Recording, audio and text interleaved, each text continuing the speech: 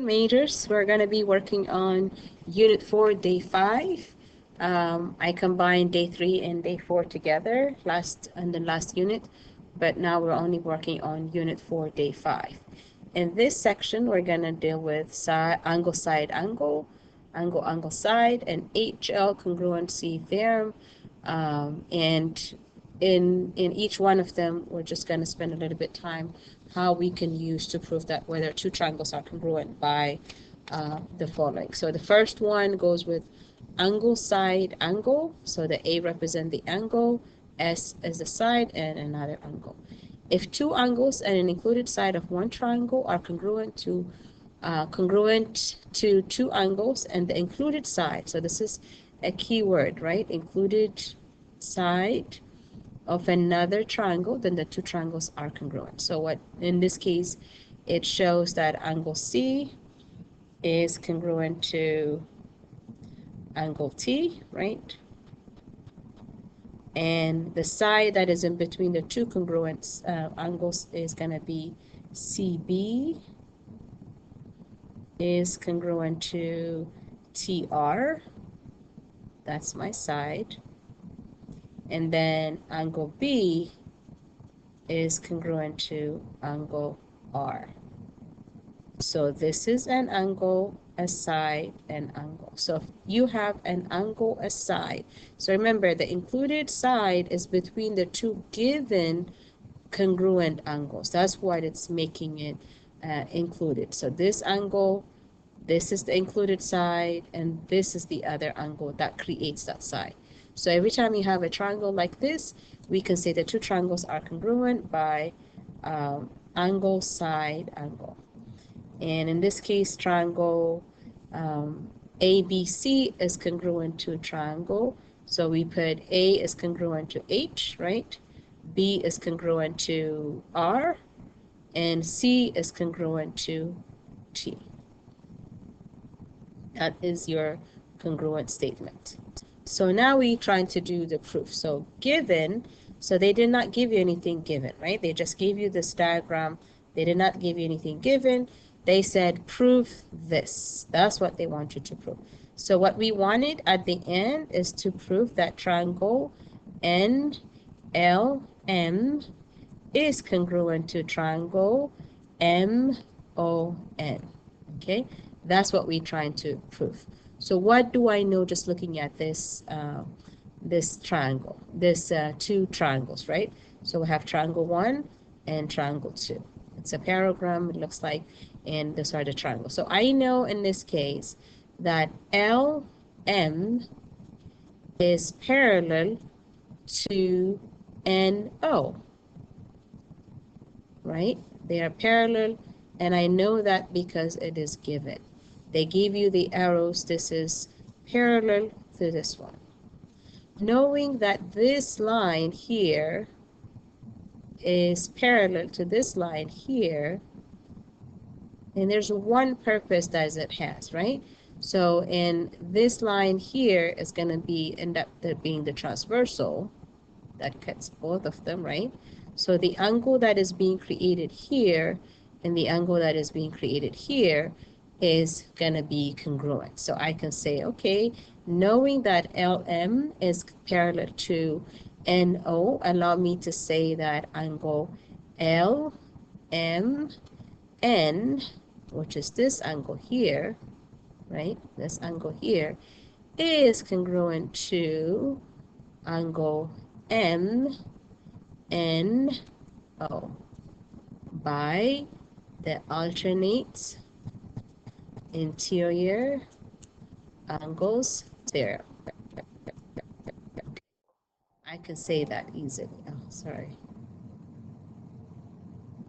So this might be a good idea to move this a little bit down so that we are looking at the angles correctly. Yep. So that's what, so this line is a transversal. So now in the next one, I'm going to look at what is other thing given. And let me use a different color. So it's given these two lines are parallel, right? This is given to be parallel. So in this case, I can say LM N is parallel to, this is one line, this is two line, parallel to NO. And this is also given. Okay, so knowing that this line here is parallel to this line here, so the red line is still going to be your transversal, allows you to say that this angle here, I guess let me use a different color, allows you to say that this angle here is congruent to this, right? Because the green and the red create this angle, the green and the red create that angle. So I can say angle OMN is congruent to angle LNM by alternate interior angle theorem. Okay, and then what we said all the time is they both share a common side, which is NM, right? I can use a different color, so I can say NM is congruent to NM. And how did I know that? Because of reflexive property. Reflexive property. Okay, then now looking at what I have, this talks about an angle, this talks about an angle, right? And this talks about a side. But where is this side? Is it included between the two congruent angles? So look at where the blue angle and the red angle is. It is, right? It's in between the two. So I can say, yes, the two triangles are congruent by angle, side, angle. Okay, so this is a little bit more intense proof because you have to use your alternate interior angle. So in this case, so every time I see, there are two things I do. Every time I see a common side, I always mark it. A common side, I always mark it. The other thing I see is when I see a bow tie, I always mark my vertical angles. Okay, then that is all I know. Okay, knowing this. So knowing this line here is parallel to this line, allow me to say that this angle here is congruent to this angle.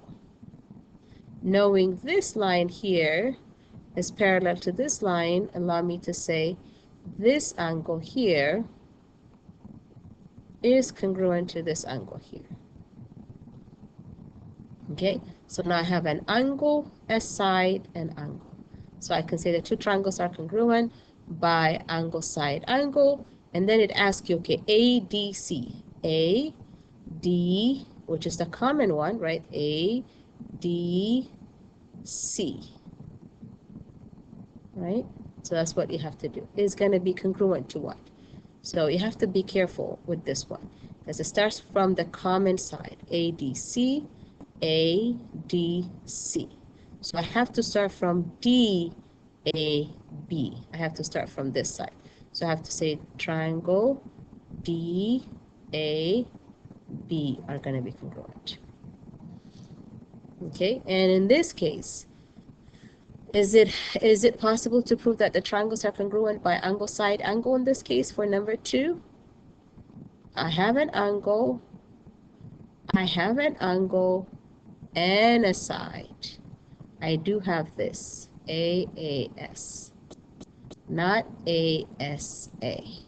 Not the side is between the two given angles. You see how the two angles, this angle and this angle, included side should have been this one, but they didn't give you that, right? So that's what you have to say, not congruent, right? Not congruent or not given information. I can't use angle, side, angle. I might use something else, but I can't use it. The same thing with this one. I have AAS, but not angle, side angle. Okay, not angle, side angle. So I can't name it. Okay. So next page is the next one is now I can use this one, right? What we for this for the one earlier I could have used this. because there is an angle side. So with this comes in two angles and then included side. Remember earlier it was an included side of one triangle are congruent two angles and then included side of the triangle. So in this case, I know angle A is congruent to angle L, right? Let me put the angle symbol. Then angle C is congruent to angle O. And then the side that is not between the two given angles would be BC and CL. No, CO. CO is what we have, okay? And then I can say the two triangles are congruent by angle side, and A, B, C is going to be congruent to, A is congruent to L, right? B is congruent to C, and C is congruent to O. I don't like using common letter symbols, but they did in this case. All right, so this is what we have, angle side. So now we have to prove, okay? So in given information, so in this case, they gave you the information here. They didn't mark it for you, right? Given, so that's where I start. I do one proof at a time, one given at a time. DF is parallel to PL, that is given, okay? Knowing that, I can just say, oh, I can mark this. So DF is congruent to PL, right? So knowing that is parallel to this side, I know this line is going to be the transversal, one of the transversals, right? So I can easily say, oh, okay, angle D and angle P are alternate interior angle, right? Angle D is going to be congruent to angle P by alternate interior angles, right? And then it says FH, which is this side, FH is congruent to LH. Okay, that's another side. This is an angle. This is a side that is given. Okay, now for the third information. So you can go ahead and say, oh, this angle here is going to be congruent to this angle here by the same reason. So I can say angle F is congruent to angle L by alternate interior angles.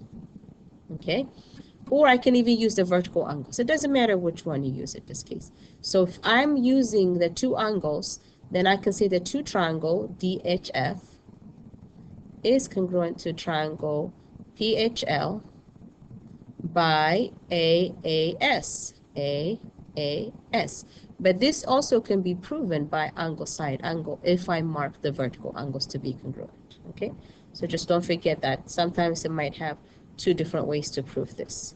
So is it possible to use angle side for this one? If so, write the congruency statement. So the first one, I would mark, remember I told you, mark the vertical angles and the comment side. So this is both of them. So I'm going to mark this, and I'm going to mark this. And I'm marking this. I'm marking, I guess I have to use 3 lines because they already used 2. So that's what I'm doing. Before I even do anything, I mark always the 2 angles. So in this case, is this congruent? AAS? AAS? Yes, right?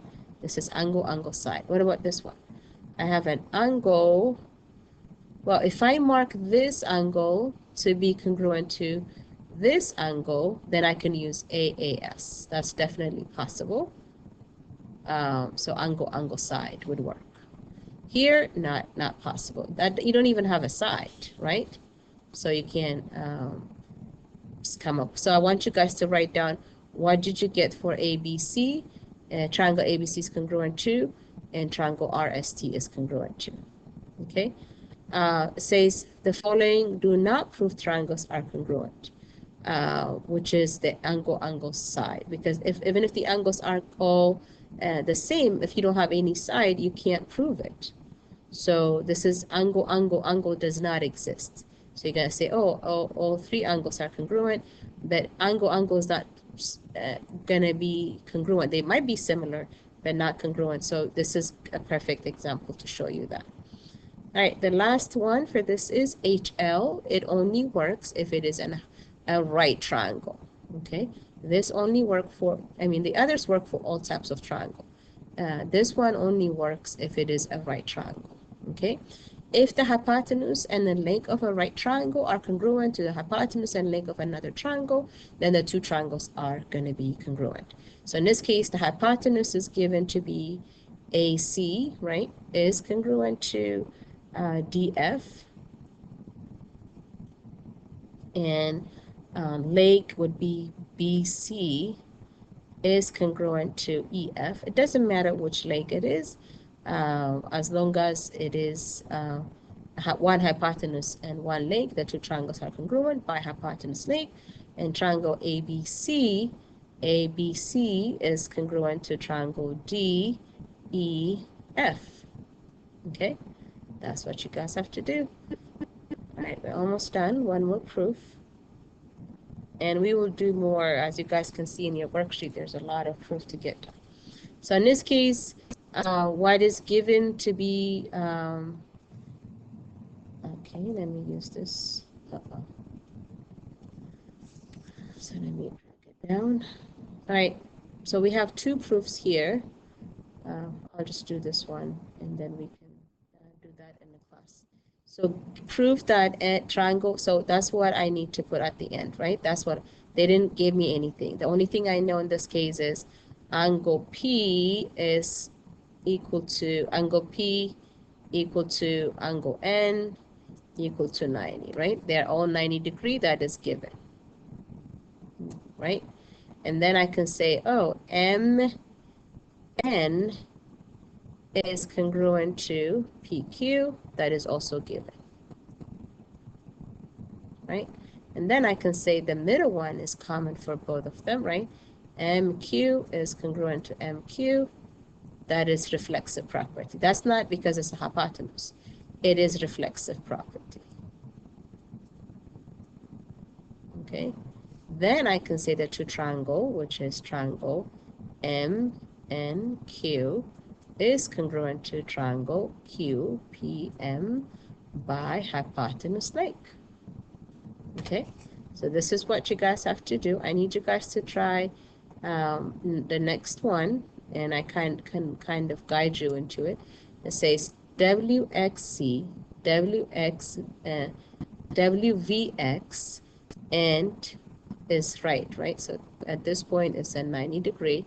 And then YZX are right angle, right? That is given. And then it tells you here, WV, this side is congruent to YZ, that is given to be congruent. And it says X is the midpoint of WY, which makes this side equal to this side. So this is a pure HL, but I need you guys to do the write-up, okay? What are the given fact? You can use definition of midpoint and then write it up and prove it. So we'll go over it in class when I see you, but make sure you guys try to do it by yourself. All right, have a good evening. I know it's a little bit long because we do use proofs, and proofs takes time, okay? All right, guys, have a good evening.